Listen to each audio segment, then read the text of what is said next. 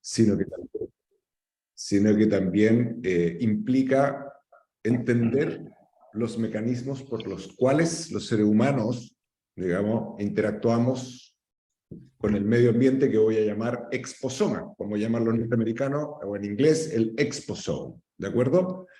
Toda esta gama de comunicaciones, de moléculas, o de efectos físicos que generan producción de moléculas en nosotros, o que cambian nuestra microbiota, todo esto lo vamos a llamar el exposoma, ¿okay? Porque todo ello tiene que ver con nuestro tema. Me comparten pantalla ahora, ¿no es cierto? Déjame ver, aquí estamos. Déjame presentar esto, ponerlo full. Okidoki, y vamos a irnos para arriba. Dame un segundito.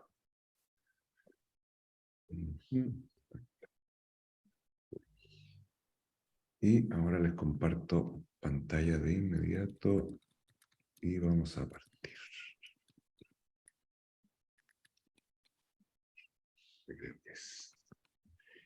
¿Se está viendo? Sí. Genial. Démosle, chiquillos y chiquillas y chiquilles. Vamos. Hoy el avance de la ciencia nos ha ido demostrando que los conceptos previamente acunados acerca de los efectos, entre comillas, psicológicos o del mundo de la psiquiatría o de la afectividad, eran conceptos que eran como un poco etéreos. Hoy día sabemos, y hace algún tiempo, que todo esto, todo lo que nos llega, se interpreta que es información, de una u otra manera, está interactuando lo más profundo de nuestras células, nuestro DNA, que es el que va a codificar para las proteínas que organizan y mueven nuestro cuerpo. Ahora, ¿qué es ACE? Esto es una conceptualización biológica, ¿okay? Esto no es una definición universal sobre este tema, sino que es solo una conceptualización. Pero ACE, para lo que vamos a conversar, es un concepto que intenta representar esta tormenta química que se desencadena por el sistema neuroendocrino de nuestro cuerpo frente a cualquier estímulo cuya intensidad o cronicidad no pueda ser contrarrestado por mecanismos naturales de regulación y de inhibición ubicados principalmente en la amígdala. Y lo que ocurre muchas veces, y hay ciertos estudios que demuestran que la amígdala se daña, la posibilidad de hacer el switch off de la descarga del fight or flight, o sea, esto de luchar o escapar, se daña. Y tiene una expresión, todo este fenómeno y este efecto, a nivel genético y molecular en la célula, en todas las células de nuestro cuerpo. Y este concepto está en permanente evolución. El mecanismo de acción es a través de la exposición o presentación del DNA, donde hay una adhesión de moléculas o una alteración de las moléculas que lo configuran o que lo enrollan, como las histonas. Y todo esto responde y obedecen a mensajes que normalmente llegan a la membrana celular. Y esta membrana celular lo que hace es desencadenar, por ejemplo, una molécula que se llama metiltransferasa, que en el núcleo le pega grupos metilo, que es un carbono y 3 hidrógenos, en las zonas del gen, como lo vamos a mostrar. Y puede esto dejar memoria corporal definitiva en los gametos. Esta es probablemente el cerebro de las telecomunicaciones, que es la membrana celular, en todas las células.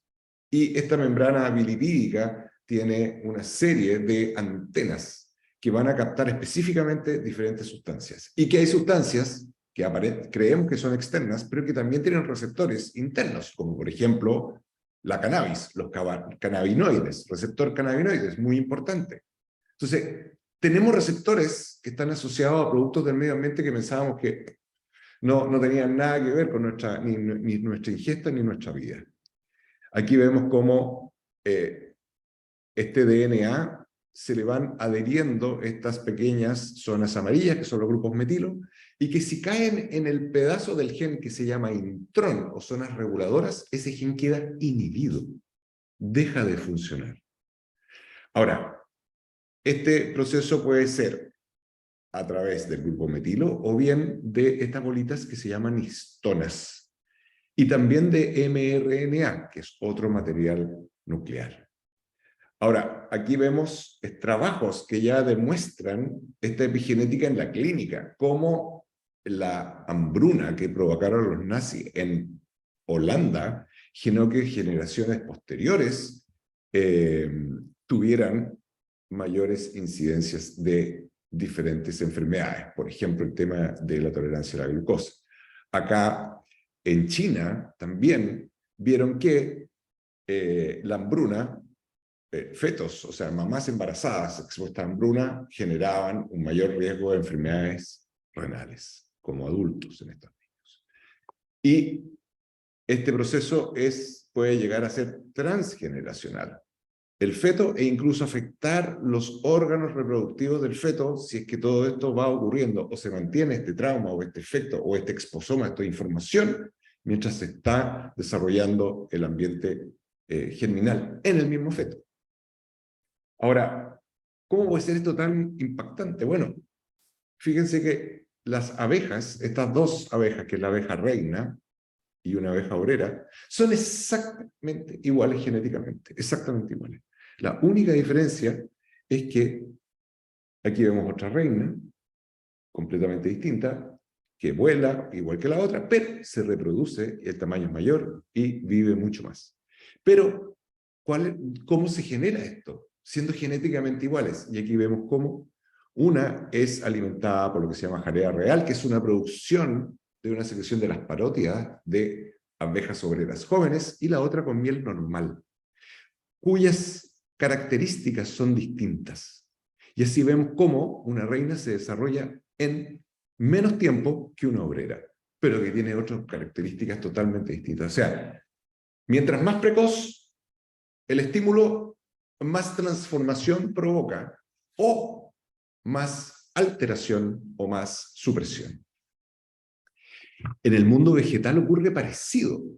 Aquí vemos cómo algunas plantas que están sometidas a periodos de frío durante las diferentes temporadas reaccionan distintas y se desarrollarán distintas a si están sometidas a otras temperaturas. O sea, otro estímulo físico, como es la temperatura, puede desencadenar también diversa expresión génica.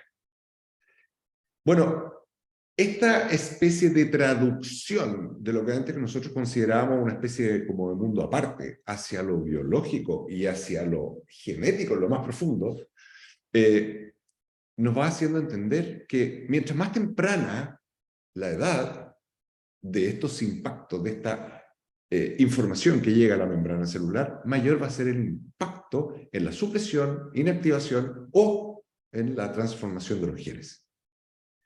Entonces, si una mamá, por ejemplo, subió 40 kilos durante el embarazo, ese niño o niña tiene una posibilidad de 20, 30, 40% mayor que la población normal de, por ejemplo, en su adultez ser resistente a la insulina u obeso.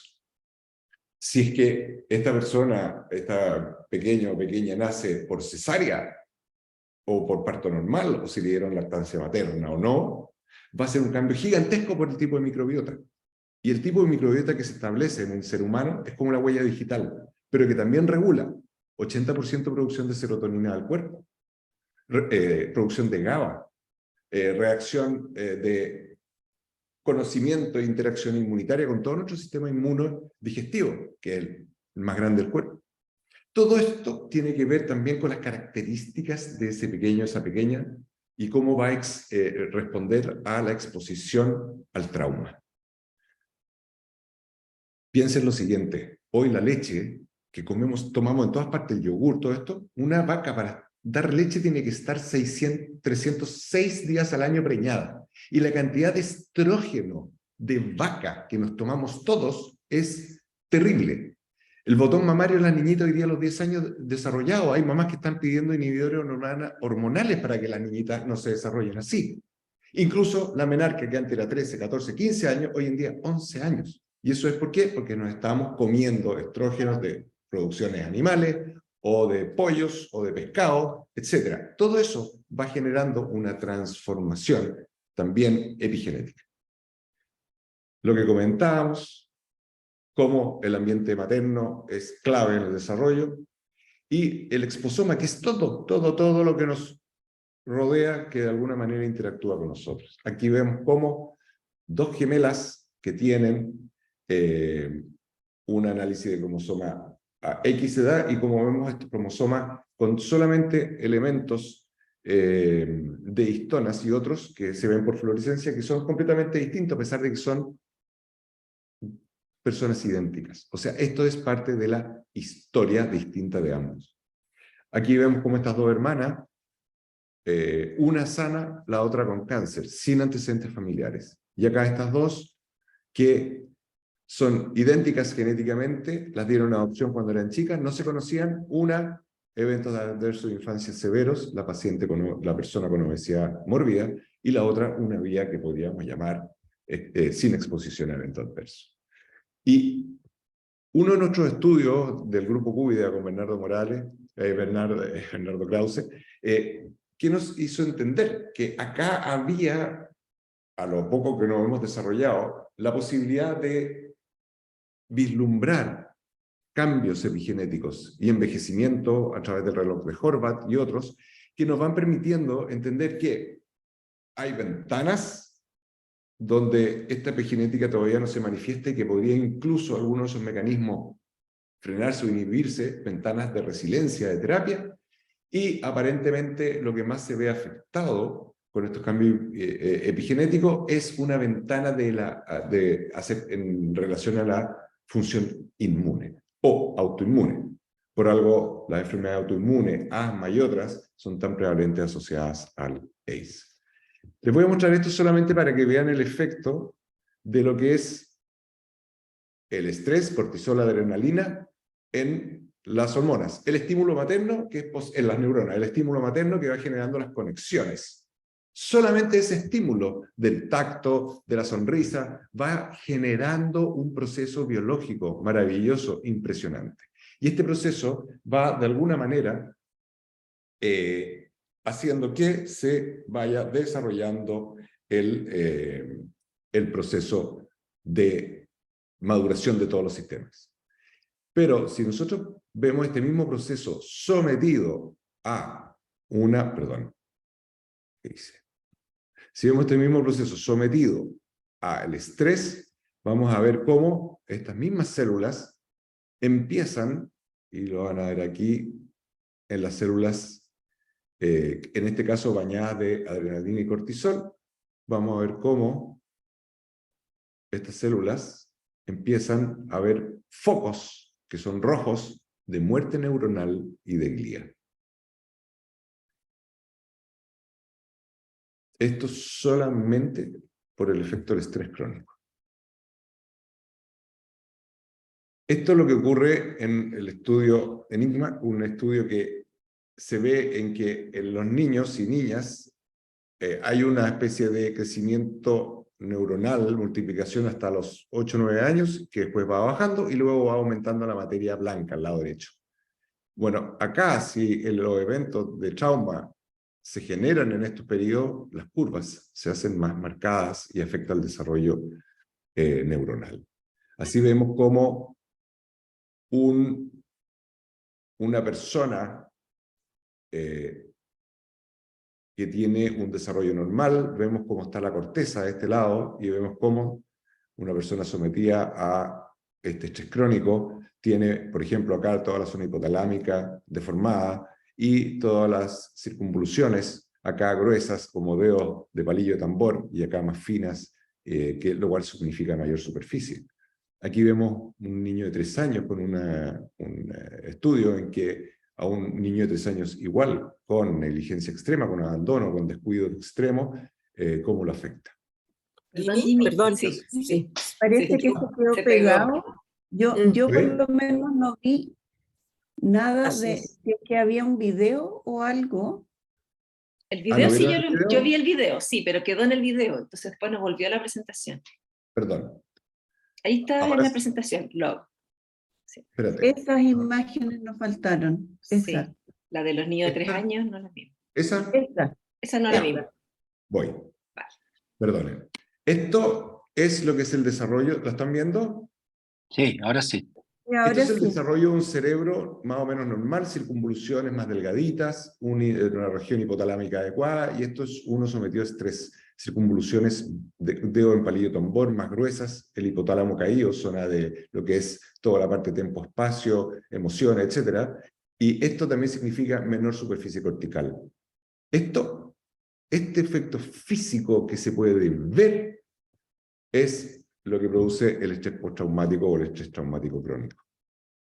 Acá, niño de 3 años, normal, un niño de 3 años sometido a abandono o abuso o maltrato extremo. Este es el estudio que les había comentado sobre cómo caen las curvas. Y estos eventos, los ACE, se ha demostrado que tienen consecuencias a lo largo de la vida. Este es el estudio ACE original de Felipe y Yanda, y me voy a centrar, bueno, las categorías, pero me voy a centrar las categorías hoy en día revisadas, y me voy a centrar en que la categoría original del ACE, ¿no es cierto?, más el ACE extendido, la verdad que el universo que abarca es hoy en día de gran consideración, y eso un poco es parte de lo que vamos a ir mostrando en la encuesta. Pero enfermedades, obesidad, acá hay una que bien se repite, que es intento suicidio, enfermedad cardíaca, cualquier cáncer, stroke, diabetes.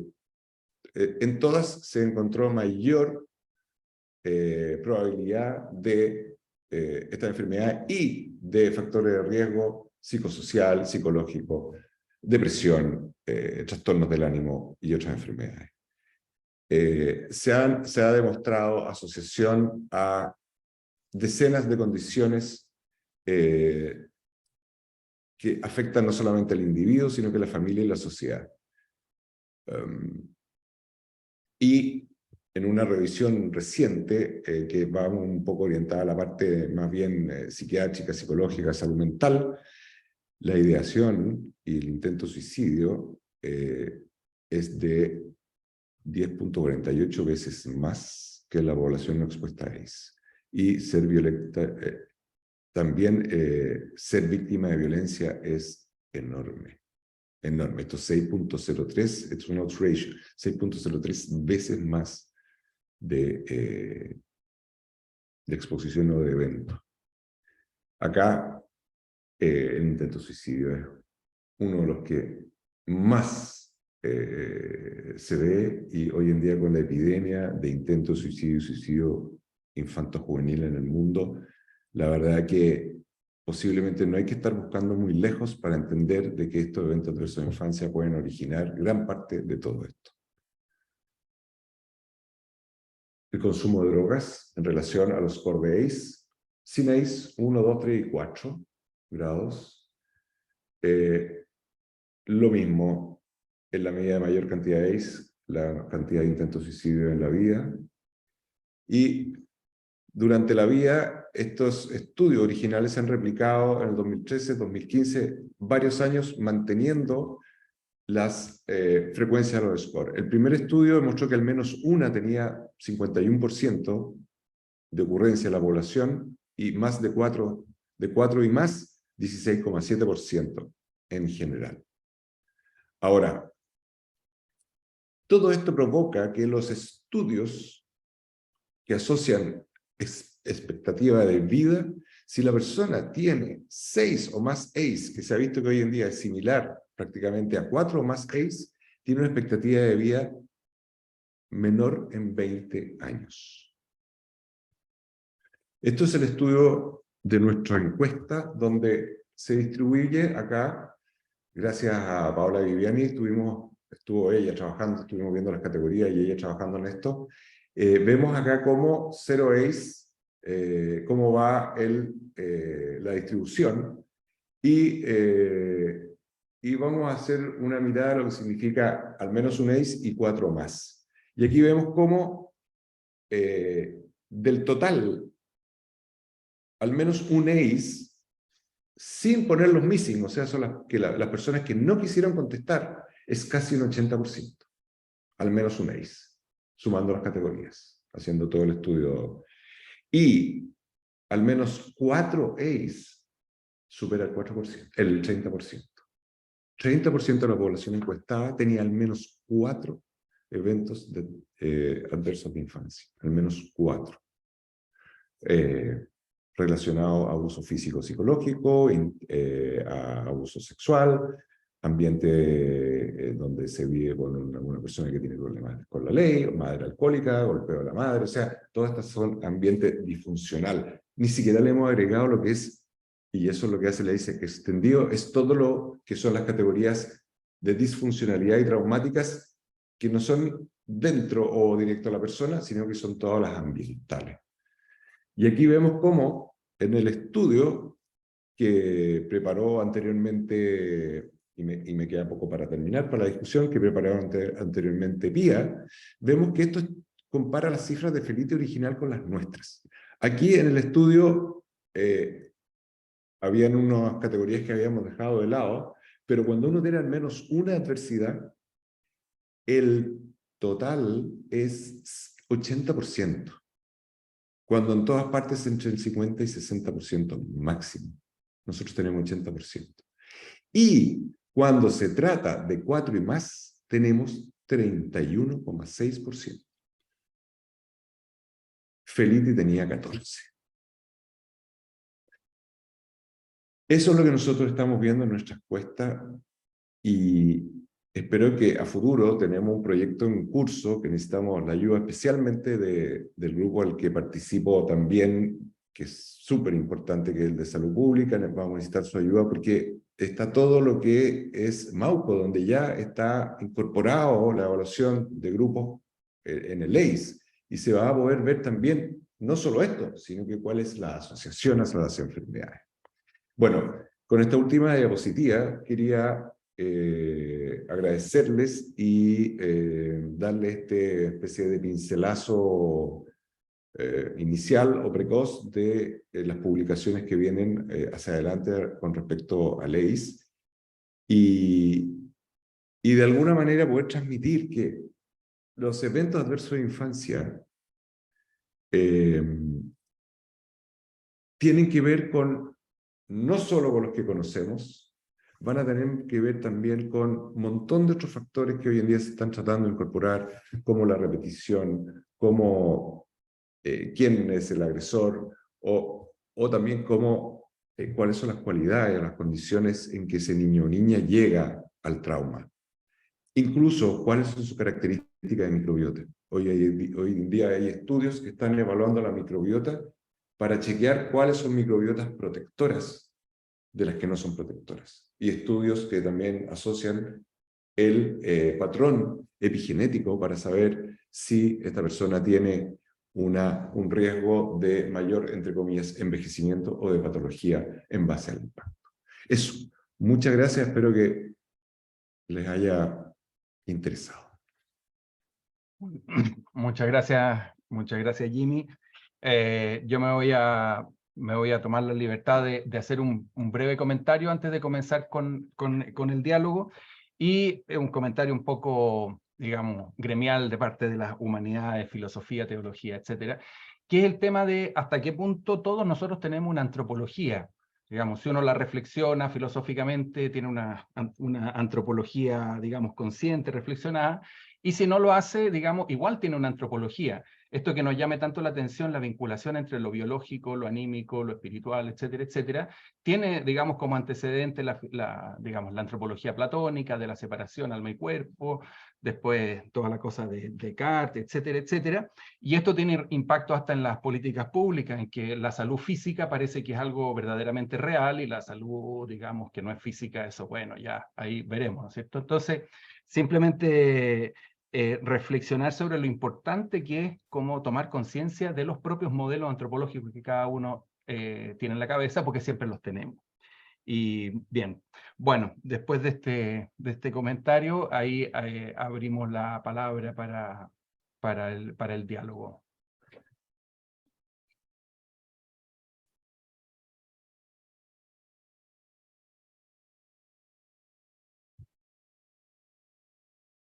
A ver.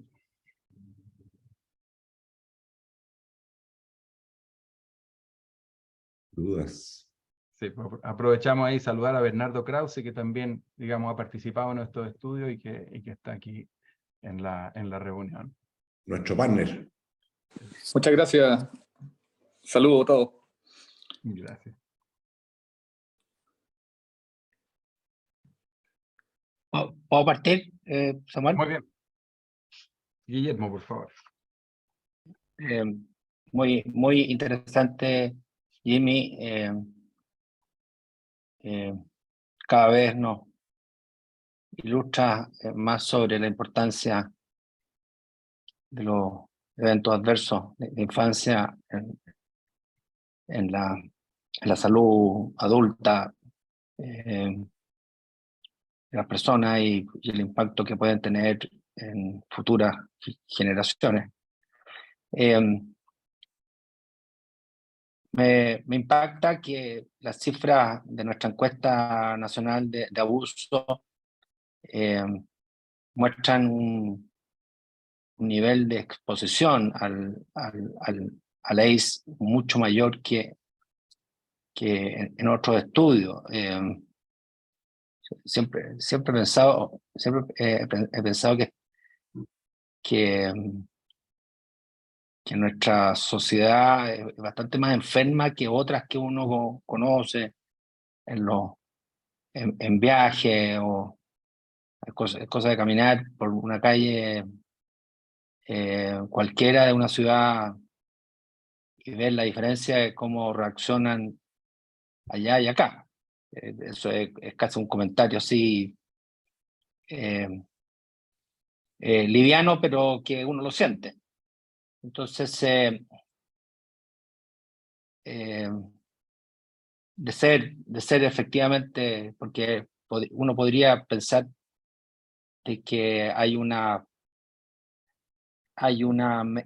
medición que a lo mejor habría que revisar en términos de que a lo mejor hay una sobre reporte de ACEs con respecto a otro estudio, o efectivamente acá hay un descubrimiento muy importante respecto a la salud de la población chilena en general. ¿Cuál es tu comentario respecto a ese punto? Mira, dos cosas que son bien importantes recalcar de lo que tú dices, que tienen mucho sentido. Primero, la mayor parte de los estudios ACE han sido países desarrollados de la OCDE. O sea, la mayor parte son países primermundistas, porque han tenido los recursos y lo pueden hacer. De hecho, el ACE original es de Estados Unidos, el estado de California, que es el estado más rico de Estados Unidos prácticamente. El estado de California es más que Chile. Y lo otro que tú dices que también es muy importante, dentro de la encuesta, que es una encuesta muy completa, nosotros nos preocupamos de sacar los missing. O sea, los que no responden, que uno podría decir no responden porque no quiere decir que fue sometido o estuvo en un evento adverso, uno tendría que decir, como bien me decía Paola, si a mí me dice, no sé, oye, tú hiciste tal cosa mala y yo la hice, yo lo primero que voy a hacer es, me quedo callado, no respondo. Entonces, en este caso, creo que ambos elementos nos hacen pensar que quizás lo que nosotros estamos viendo es una realidad latinoamericana. Y creo que esta realidad, si uno hiciera una encuesta similar, con una distribución similar, características similares en Colombia, por ejemplo, o en México, pienso que esto puede ser aún peor. Entonces, como primer punto de comparación, independiente de si los resultados están quizás no 100% evaluados, porque la encuesta no permitió ser que fuese muy similar a las otras, pero lo que se ha visto es que cuando tú haces el LACE modificado, que empieza con Finkelor y otros después, lo único que hace esta cifra en los países de la OCDE es expandirse, no achicarse. Así que yo pensaría, y creo que en la rigurosidad general de la encuesta, a pesar de que puede ser cansadora y hay otros elementos que conversábamos que unos pueden ser evaluarse, por ejemplo, a veces, un poco, y eso signifique cero. Yo creo que la encuesta está más bien tirada para abajo que para arriba. Creo que es un muy importante punto de referencia. Gracias. Perfecto, muchas gracias. Le damos la palabra a Bernardo Krause. Hola, buen día. Gracias, James, por la presentación, realmente buena. Estaba pensando en esta pregunta que hizo doctor Marshall y me acordé de una conversación que tuvimos con Pía tiempo atrás, que ella nos comentó que en sus trabajos con su colaborador de la Universidad de la Frontera, me parece que ellos han visto que existen algunos antecedentes de susceptibilidad, por decir, genética en nosotros, que podría ser parte de la respuesta a estos altos números. O sea, tenemos que pensar que tal vez como población, nuestra cultura es mucho más familiar, nuestra cultura es mucho más basada, ¿cierto?, en las redes familiares, y por lo tanto tal vez cualquier inestabilidad en eso es lo que implica que nos afecte más. Que no sé qué opinas tú, James, al respecto. Bueno, hay estudios, me ha tocado a mí hacer estudios, acá me toca con frecuencia tener, por ejemplo, el 23andMe, Genoma Studies, o sea, Big Arrays, lo que llaman, o sea, estudios en que te concentran todos los estudios genéticos que existen y los van acumulando, donde hay un montón de factores, por ejemplo, que hablan de lo que ellos llaman frailty, tendencia a la debilidad o a la fragilidad. O sea, por ejemplo, hay personas que tienen patrones genéticos que les dan un percentil sobre 80 hacia frailty, hacia ser frágiles cuando viejos. Claro, eso es un estudio genético, no epigenético, y que, entre comillas, sería una predisposición. Pero ojo, porque cuando yo veo estudios, por ejemplo, que me dicen que esta persona tiene o está en el percentil 100 de Alzheimer, y nunca nadie de su familia ni esa persona han tenido Alzheimer, o que tiene el percentil 100 para tener enfermedad de Crohn, o percentil 100 para tener LDL-C, que es el colesterol, llamámoslo malo, y no tiene ninguna de esas manifestaciones, teniendo 70 años o 75 años, hay que tener mucho cuidado con lo que es, entre comillas, esta especie de predestinación genética. En una diapositiva que la pasé muy rápido, pero un estudio en 13 millones de personas demuestra que el impacto ambiental en lo que nosotros somos y seremos es aproximadamente el 70% del peso y de lo que afecta a nuestra expectativa de vida y nuestra salud. Por lo tanto, 30% a la genética, 70% al ambiente. Ese es más o menos lo que se está jugando hoy. Perfecto, muchas gracias. Le damos ahora la palabra a Camilo. Si pudieras presentarte brevemente, así nos conocemos mejor. Hola, si me va bien. Me presento, soy Camilo, soy estudiante del Magíster de Salud Pública de acá de la universidad. Y de hecho estoy comenzando a abordar esta temática con el doctor Hamilton, incluso. Y la cosa es que, hola, doctor, me nació una duda respecto con la temática y con el abordaje que se puede llegar con este tema sobre el ACE, porque me llama mucho la atención de que, no sé, desde mi vereda de la salud pública es algo súper interesante para ver el impacto que puede llegar a tener la población, pero también tiene obviamente un abordaje genético y un abordaje como desde la medicina general, por decirlo de alguna forma. Y lo que le quería consultar era que, ¿cuál cree usted que puede llegar a ser, no sé cómo decirlo, el impacto, hasta dónde se puede llegar a aprovechar esta clase de conocimiento que se puede sacar de esta clase de investigación? Porque imagino igual tiene una parte social, una parte política. ¿Cuál piensa usted que podría llegar a ser este impacto? Hay dos áreas que yo creo que son primordiales. Una que es un área que siempre ha mencionado Pía, que es el área de lo que es los efectos favorables o protectores, o los efectos benéficos. Porque así como hay maléficos, llamémoslo, hay benéficos. Pero aparte de eso, que tienen que ver con el apego, con el cuidado, etcétera, y enseñar y prevenir, prevenir, prevenir, prevenir. Esto tiene que ver con prevenir, y la política significa prevenir, informar, educar. Prevenir, informar, educar. Pero hay otro aspecto clave que se deja muy de lado, y es la nutrición infantil, el tema de lo que significa cómo llegamos al mundo, el cuidado de la mamá embarazada, o sea, hay todo un tema de prevención biológica y de cuidado biológico. Yo tengo clarísimo que un perfil de microbiota inadecuado, si ese que fue generado durante el embarazo, porque hoy en día sabemos que los embarazos no son estériles o asépticos, o del momento del parto, que va dejando ciertas, las huellas, el imprint que se llama, eso puede determinar claramente personas más o menos resilientes. Tenemos un gen que es altamente productor de serotonina o bajamente productor de serotonina, pero tampoco está 100% asociado a qué es lo que pasa en tu vida desde el punto de vista del ánimo. Porque sabemos hoy que el 80% de la serotonina lo produce la bacteria del colon, que es nuestra microbiota, que es clave. Entonces, nutrición, ambiente, quitar la toxicidad y la contaminación ambiental, la exposición a la luz solar, la exposición a la naturaleza, que no es solamente por la cosa así hippie, no, la naturaleza produce un efecto también en el ser humano. Entonces, todo esto también es un área que al poder ir identificando todos estos mecanismos, también vamos transformando, cuidando y potenciando. Perfecto, muchas gracias. Si no hay otra mano, yo tendría una... Ah, sí, Claudia, por favor. Ahí también se te presenta, por favor. Sí, hola, buenos días. Muchas gracias por la invitación a Jimmy, que seguramente me invitó. Yo soy de Salud Pública. Saludos a todos. Y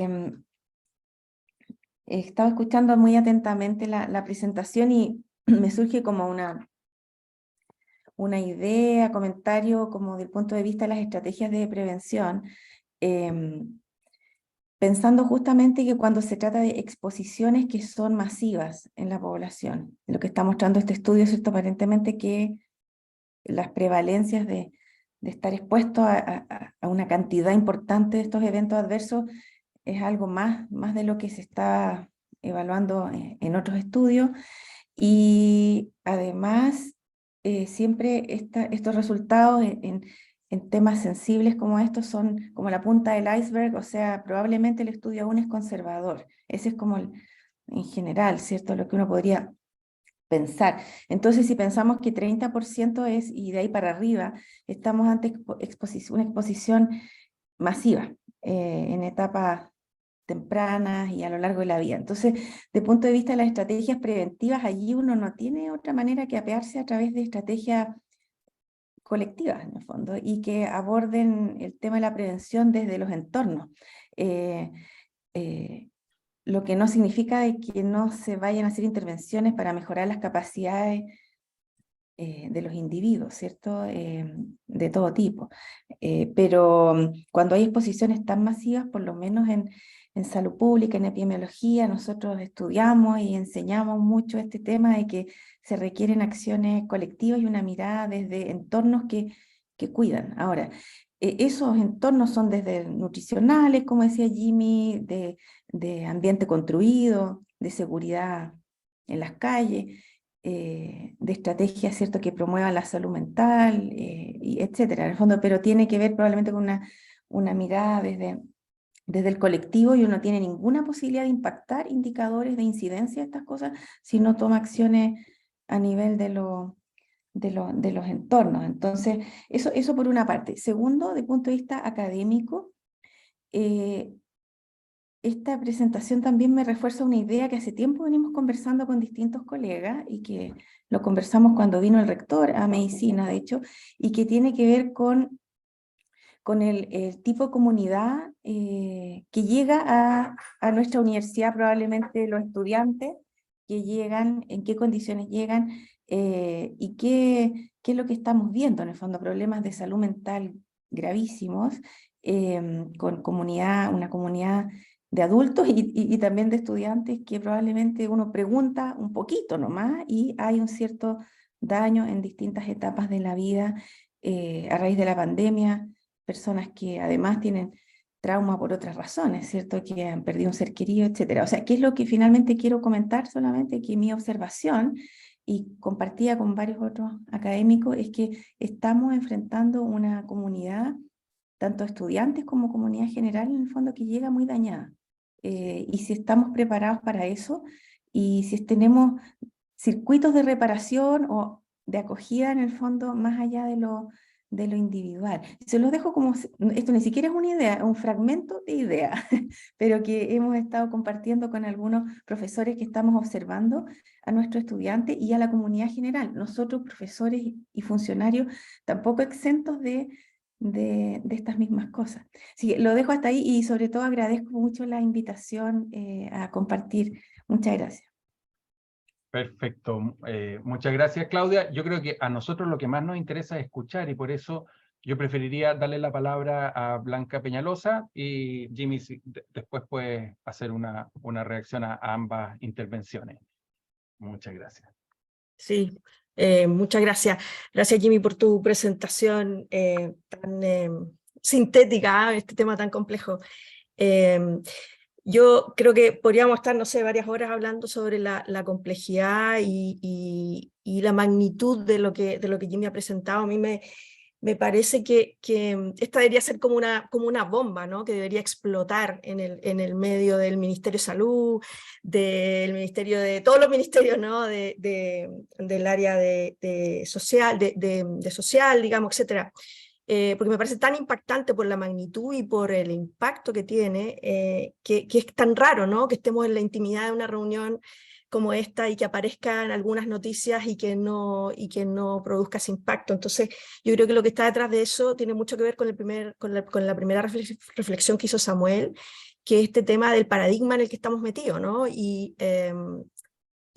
el modelo en el que estamos insertos y la cultura, ¿no? Donde en el fondo, no solo desde la perspectiva de la normalización de una serie de situaciones y como dice Jimmy, yo creo que el tema cultural latinoamericano es muy potente, ¿cierto? Como uno pudiera a lo mejor descubrir en otras culturas, ¿no? En culturas, no sé, más orientales también pudieran aparecer otros elementos. Pero creo que hay un impacto aquí gigantesco en términos de cómo concebimos la salud y la enfermedad, cuál es el modelo que tenemos detrás, ¿cierto? Seguimos pegados a este modelo tan cartesiano, ¿no? De separar nuestra parte, ¿no? Lo psicológico de lo físico, esta cosa arraigadísima, ¿no? que se sigue enseñando y sobre lo cual construimos los modelos de atención, los objetivos sanitarios, etcétera, etcétera, ¿no? Las políticas públicas, etcétera. Entonces, me parece que es como que uno no puede dejar deberíamos canalizarnos un poco, ¿no? Y cómo poder ir poniendo esto con una intensidad suficiente en los tomadores de decisiones, en la opinión pública, para poder ir cambiando esta cultura. Y me preguntaba, por ejemplo, a propósito de lo que decía también Claudia, es este productor de ACEs del que estamos saliendo, que es la propia pandemia, ¿no? O sea, cuánto impacto ha tenido en generar situaciones traumáticas en una escala como la que hemos tenido, ¿cierto?, en nuestra población tan reciente, ¿no? Tan reciente, y que seguimos en un enfoque más individual, ¿cierto? Estamos trabajando en las listas de espera, en eso estamos en salud, ¿no? En eso estamos en salud. Entonces, cómo golpear, ¿no? Cómo dar un knockout para poner esto en la palestra y empujar, ¿no? Estos cambios que probablemente no son de un día para otro, y entiendo que Cuidad va en esa dirección, pero o sea, como no dejar de sorprenderse y de escandalizarse que esta información, que esta mirada, que es la relevancia de todo lo que ha dicho Jimmy sea tan golpeante que no nos paralice en el fondo, ¿no? Eso me parece que hay que tenerlo muy presente, ¿no? Sobre todo, como digo, porque yo creo que tenemos una ventana, como dice Jimmy, ¿no? Ahora con el efecto pandemia, donde podríamos trabajar algunas cosas, y se nos va a cerrar la ventana, digamos, y se nos va a sumar esto a lo que ya tenemos. Perfecto. Muy bien, muchas gracias. Le damos la palabra entonces a Jimmy, si quieres reaccionar respecto de los dos últimos comentarios. A mí ¿cómo te diría? Me genera una empatía no solamente intelectual, sino que emocional, lo que están mencionando, lo que acaban de mencionar, porque creo que lo que nos ocurre en Latinoamérica, en países como el nuestro, es que estamos desensibilizados. O sea, esto es como cuando tenemos una enfermedad, una alergia, y necesitamos que este efecto, ¿no es cierto?, ya no nos dañe. Y empezamos a desensibilizarnos, dejamos de sentir el efecto. Por microdosis, pequeñas dosis repetidas, dosis repetidas, dosis repetidas. Y hoy en día ya no nos impacta que asesinen a alguien en la calle o lo secuestren.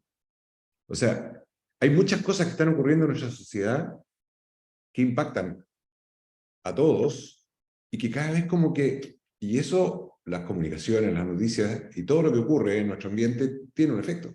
Y lo otro, y perdónenme, pero no es por ponerme, entre comillas, revolucionario, pero nosotros nos toca experimentar y conversar en un mundo muy pequeño de la cultura chilena o latinoamericana.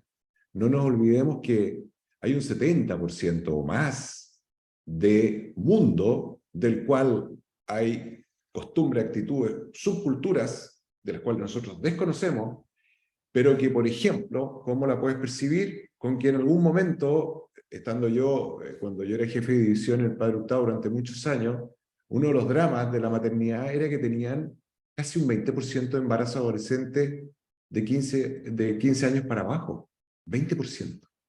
Entonces, cuando tú tienes eso inevitablemente te habla de un ACE básico, base, como dice la Claudia, la punta del iceberg de 20%. Esa es nuestra realidad nacional. Cuando se hace este ACE en una muestra nacional, lo que está reflejando es eso, no está reflejando nuestro espacio pequeño. Y lo que dice Claudia es que también estamos viendo que probablemente los niveles socioeconómicos, entre comillas, más cultos, están produciendo sus propios ACE, que son los que están llegando a las universidades. Y la mujer, con lo que vimos del lado del abuso de la encuesta, es la gran víctima. La gran víctima. Acá hay un problema de género grave. Y se lo vuelvo a decir a mis colegas hombres. 98% más o menos de las causas, en el caso de ACE de abuso sexual, del origen, somos hombres. Por lo tanto, no es un tema, entre comillas, solamente epidemiológico, cultural. Tiene que ver con el género. ¿Y para qué les digo si consideramos el ACE estricto en los países musulmanes? O en otros países donde las niñitas se casan a los 12 años. O sea, acá la gran víctima, y por eso que estamos mal en todo esto, ha sido la mujer. Creo que es como, no es la causa, pero creo que es un elemento que necesitamos considerar, porque es estadísticamente de los más potentes que existen. Entonces, como dice Claudia, nosotros epidemiológicamente no nos podemos hacer los lesos con un 98% de agresores masculinos. Eso es lo más potente de la encuesta. Somos los hombres los abusadores. Bien, pues muchas gracias, Jimmy. Aquí le dejaríamos la palabra a Tomás Mesa, que sería la última intervención. Hola, muchas gracias por permitirme hablar un poquito. Muy breve, primero agradecer a James por esta exposición y luego a Pía por la invitación. Yo creo que esto es tan inmenso que hay que mirarlo y accionar de tantos puntos de vista. Fíjate que por ejemplo, yo que trabajo en la UC Cristo, soy neuropediatra, tantos años estuve en la Escuela de Medicina, creo que toda esta temática hay que incorporarla en la parte, en la gente que estudia, por ejemplo, medicina en pediatría y neuropediatría también, la Sociedad de Psiquiatría y Neurología de la Infancia y la Adolescencia. Yo creo que para prevenir esto tenemos que estar muy conscientes de toda esta temática que se estaba hablando, y como decía, son tantos los puntos de vista y las acciones que hay que hacer, que yo creo que educar a una parte de esto es a la gente que tiene que ver mucho con este accionar, y la prevención, evidentemente, no solamente lo curativo. Y creo que en la facultad, sobre todo en pediatría, hay que incorporar esta temática en forma muy importante, porque yo creo que falta un poquito esta mirada. Así que, y eso es lo que hemos estado tratando últimamente de hacer, y ahí con Pía hemos estado trabajando también en unas acciones. Así que yo quiero felicitarlo y solamente expresar eso, que hay que incorporarlo en algunas partes de nuestra universidad y de las universidades. Nada más que eso, y muchas gracias. Perfecto, muchas gracias. Y ahora quisiéramos darle la palabra a Pía, la directora académica del centro, que va a decir también unas palabras conclusivas. Gracias. Bueno, estos temas son apasionantes para nosotros, así que estamos muy contentos de escuchar también las reacciones, las reflexiones, que son muy profundas. Estamos muy de acuerdo con todo lo que se ha planteado. Yo creo que nos refuerza la misión de Cuida, ¿cierto? Porque nosotros nos interesa estudiar el impacto que tienen las experiencias adversas tempranas en el bienestar humano, ¿cierto? Integral. Eso es lo que hoy día Jimmy nos presenta de manera muy clara y muy sintética, que no se puede separar todas las áreas, ¿cierto? Biológicas, psicológicas, estamos hablando de lo mismo, que es el bienestar del ser humano. Y en eso recordar que las experiencias adversas se pueden prevenir y se pueden, como ustedes bien han dicho, son evitables. La gran mayoría de ellas tienen que ver con agresiones o negligencia, maltrato, cierto abuso directo a la infancia y a la adolescencia. Y por supuesto que eso es evitable, con una cultura, con una comunidad que cuida, como ustedes han dicho, y que participa. Entonces, una parte de la investigación, que es mostrar el impacto, tiene ese fin, de sensibilizar para justamente activar todas las redes de prevención que en Chile sí tenemos, o sea, hay que fortalecer lo que tenemos, pero como buen país latinoamericano, como tú mencionabas, Jimmy, también tenemos un tejido social que sostiene. Entonces uno dice, con tantas AIDS, ¿por qué no estamos peor de lo que estamos? Probablemente por ese tejido de apoyo intrafamiliar, también contextual, que hemos ido construyendo desde una sociedad más colectivista, que justamente ahora está migrando hacia una sociedad más individualista y que nos deja un poco en abandono, ¿cierto? Porque tantas AIDS hay que contrarrestarlas, por supuesto, con experiencias positivas de infancia, como tú mencionabas, James, y efectivamente también lo estudiamos en la encuesta y tal como pensamos que iba a suceder, hay bastante presencia también de experiencias protectoras de infancia en nuestra cultura.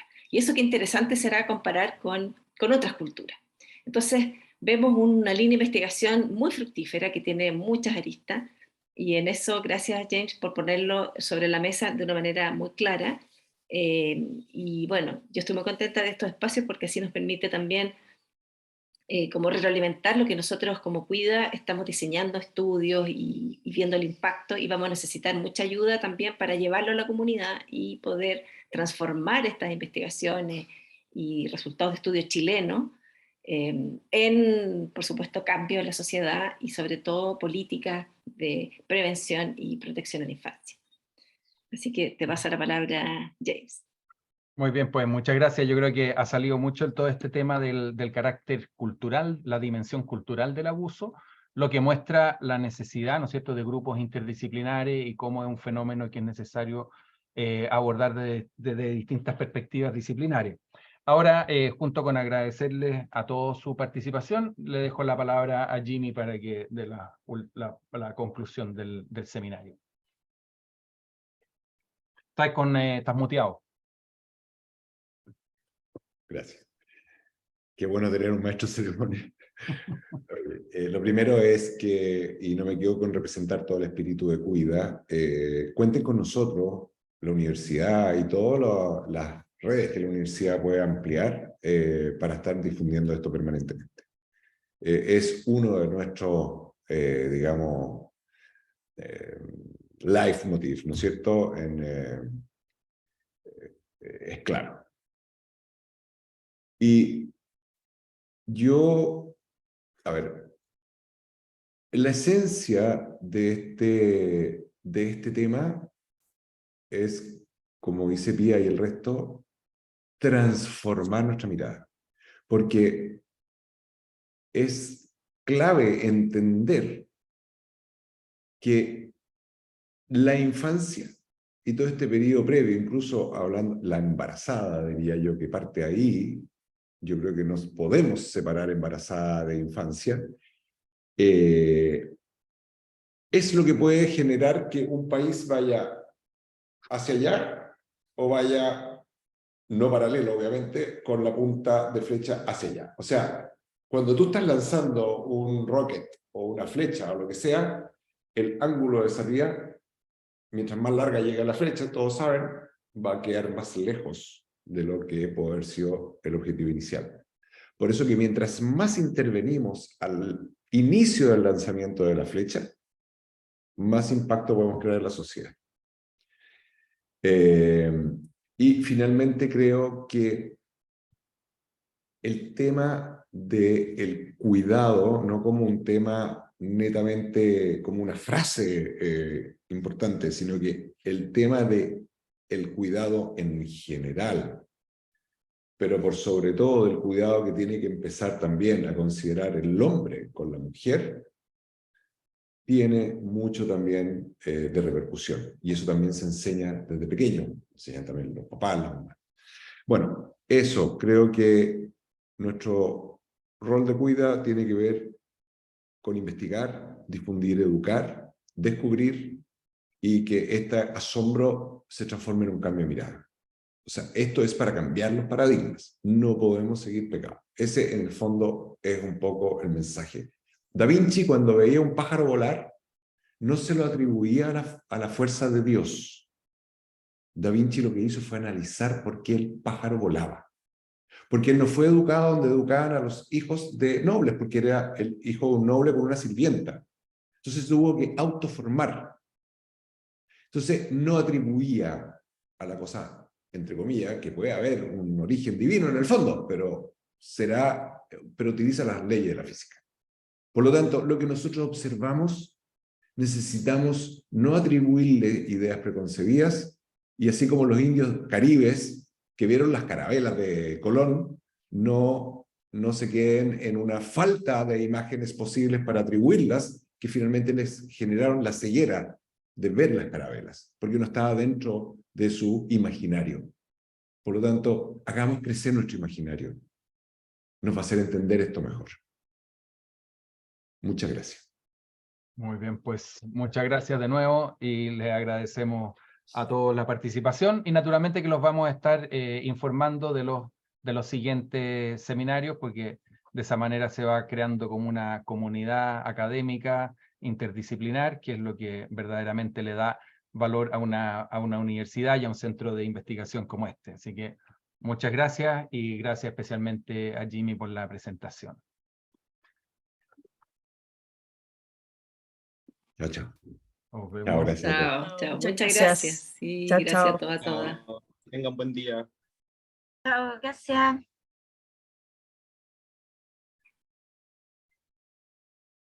Muy bienvenida, Ingrid. Ups, parece que se alcanzó a ir, ¿no? Sí, la próxima semana hacemos la bienvenida oficial. Ingrid. Muy bien, ¿ah? Súper. Uy, Muy Jimmy buena se fue. asistencia. ¿Estamos grabando todavía? Muy Sí, bueno. voy a parar la grabación. Sí, no les pedí autorización para grabar, pero la vez pasada entendí que estaba.